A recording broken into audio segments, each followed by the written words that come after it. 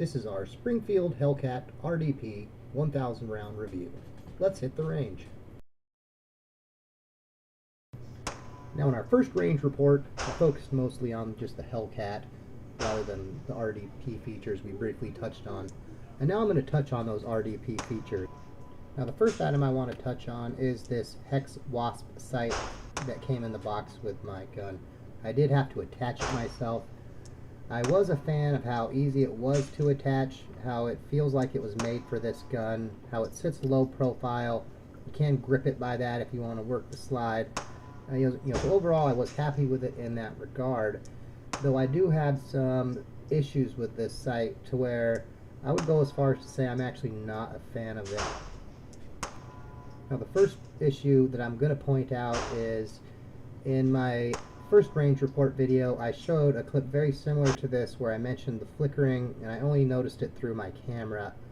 And I'm going to take that back and say now I do notice that flickering slightly, and I find it much more noticeable when I am sort of moving the viewfinder around.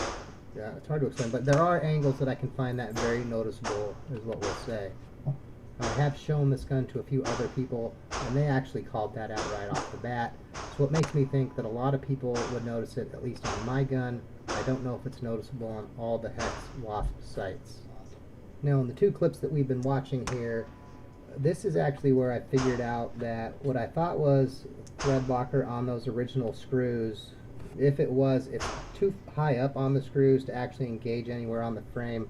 So for a long time shooting this gun, I actually had problems where the sight was shifting around and I wasn't aware of it. And that made for a very frustrating experience when you're trying to get the sight sighted in and it's constantly shifting and you don't know that it's shifting. And that's 100% user error, because I should have checked those screws more often. I just don't have another one of these on another gun. I didn't know to think of that. I wrongly assumed the thread locker would be doing its job when it really probably was. Here we go. Now here's a clip from when I had taken the sight off. I'm like, man, is this gun even accurate? What the French toast? And what I found is this gun is actually very accurate. At 10 yards I could do a group the size of a silver dollar. At 15 yards it was a little bigger. Here I'm shooting at 28 yards. I'm going to say basically as fast as I could fire and get back on the sights. Now ignore the circled bits. This is actually a picture from our Ruger LCP versus Beretta Bobcat video. The holes to look at here are the uncircled holes from the shoulders down. Those are the 16 shots that I fired rapid fire from the Hellcat at 28 yards. And they're the ones in that video where I mentioned shots from another test or something to that effect. Now here we return to the range. And I finally got the red dot mounted securely. I put thread locker in far enough down on the threads where it'll actually engage in the frame threads like it's supposed to, and the sight's now holding like it should. So it functions, well in that regard. Where I struggle now is, from what I understand, with something like a red dot, you're supposed to actually be looking at your target and not at the sight. And I've spent so many years shooting off iron sights where you focus on the sights themselves that I'm having a hard time adjusting to actually focusing on my target and shooting by more instinct off that dot or whatever, how you go. Now that's not really a sight issue, that's a me issue. So let's move on to what I would consider probably the other negative with this sight, and it's definitely not unique to it. As far as I know, all micro red dots have this issue, and that is that the battery is mounted underneath the sight, so you do need to remove it when you need to change that battery, which after the trouble that I had figuring out how to mount this sight and get the thread locker properly on there, I'm not looking forward to that 3 years down the road after I forgot that. Now one more thing I do want to mention, and I think this isn't really unique to this sight, but it is an issue I face with other sights, no doubt, is because I have astigmatism in my eye. When I look at this sight, it is cloudy, the red dot is. And it's not the sight. To me, this sight is a little cloudy. So when I got home and I mounted it, that's when I sort of dismissed the cloudiness. I'm like, we'll see how it shoots. And really that probably doesn't make a significant difference. What to me likely is going to be the biggest difference is, getting to where I look through the sight, not at the dot for my targeting. Getting comfortable with using that sight. Now I do wish I shot the red dot more accurately on this gun. I sort of envisioned out the gate being pinpoint accurate with it, and that's probably part of why I'm disappointed. And that's just 100% user error. I assumed it would give me some superhuman ability, when really it's just training, practice, good practice, and getting used to it. And you're not going to get out of years of practice overnight when changing to something else. Now, after noticing the flicker on this one and having other people look at it, they did recommend I try some other sights, which I would have liked to do. Now, I would have liked to try the Hollow Sun sight, though you either need to get a plate or grind off some nubs on this slide, which I was not going to do. Now, I did even consider looking at, say, one of those Trigicon mini RMRs, which are stupid expensive. It turns out, same thing, you need a plate or grind some shit down. So far I'm sticking with this Hex Wasp, mostly out of convenience. I might try another one later, but I'm holding out. We'll see. Now, the second feature that we're going to talk about for the RDP is, well, it's sort of a dual feature. You have a longer 3.8-inch barrel that comes with the auto-indexing compensator attached to it. Now, I thought this compensator, I would say it looks movie cool. It definitely is a neat feature.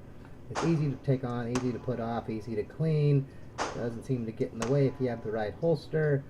Now, does it add anything, or shall we say, diminish recoil? Now, I don't have a scientific way to measure this, and well, let's go to some movie magic. Now, here's our Bacon Nation the Science Guy attempt at a science experiment. We have two different camera angles at the side, one shooting the Hellcat RDP, and then for comparison, the SIG P365 SAS with no porting. I will let you be the judge on whether you think there's a recoil difference. Now, my overall thoughts after 1,000 rounds through the RDP are, I do remain a big fan of this gun. I like it. It's a good size for concealability if you want a micro, or I should say a compact micro 9, and it does have a nice capacity, 11, 13, 15 round factory magazines. That's a hard capacity to top in a full-sized gun, never mind something that's easily as concealable as the Hellcat RDP is. And while I don't think the Hex Wasp sight is the greatest sight in the world, I think if you bought this gun like me as your introduction to having a gun with a micro red dot on it, I think it's a perfectly serviceable option. If you're like me, you can, does it work for you? Do you really want to invest more? And, for me, I don't think I want to invest more, but you certainly may. If I thought that red dot was going to help me be faster, more accurate, quicker on the draw, whatever it was, I would certainly have no qualms about changing it or even spending, what I paid for the gun on a quality sight to match it. And if you do choose to run this gun without the red dot on it, it does come with some nice functional night sights. Those tactical U-dot tritium front night sight, U-dot rear anti-glare rear sight are a good combination, and since they're replaceable sitting in a dovetail, if you don't like those, you can swap them as well. Now, the other area that I do think is a big plus on this gun is the flat face trigger that it does come with. This is a striker-fired gun, and it does have a nice trigger pull on it. I would say of the micro compact 9mm that I fired, it's probably the second best factory trigger of the lot. Now, again, that's subjective. I personally think the SIG P365 has a slightly better trigger, but there's probably people out there that the reverse is true, and I'm not going to debate them on the subject. Either one's perfectly good enough. Now, in line with what I said with my original first range report, I do think this gun remains a good value for money buy. Now, the original Hellcat is, it's regarded in many circles as being a perfectly good quality concealed carry option, and I think adding the RDP package onto that gives a nice option for people that are considering a red dot and they want to experience that. Maybe they want a little longer barrel for something like a compensator, or even say a suppressor if that's legal where you're at. And having those options and a way to get it from the factory, I think even if you have to pay slightly more, can be a worthwhile option, because you get things like nice factory warranty support on them. Now, if I had to do it all over again, yes, I would buy this RDP package setup that I have here. I do like having that Hex Wasp sight on there, even though I'm not a fan of that sight. it's nice having it as a target, a comparison, the various options that when you review guns on YouTube like I try to do, that you want to have in your back pocket, so to speak. Now maybe that compensator does nothing. I think it does do something, though that could be subjective. It could be, I don't know, the placebo effect or whatever, that I tell myself it should do something, so I feel like it does something. But either way, the point is I like it. It's my gun. I spent the money, so that's what's important at the end of the day.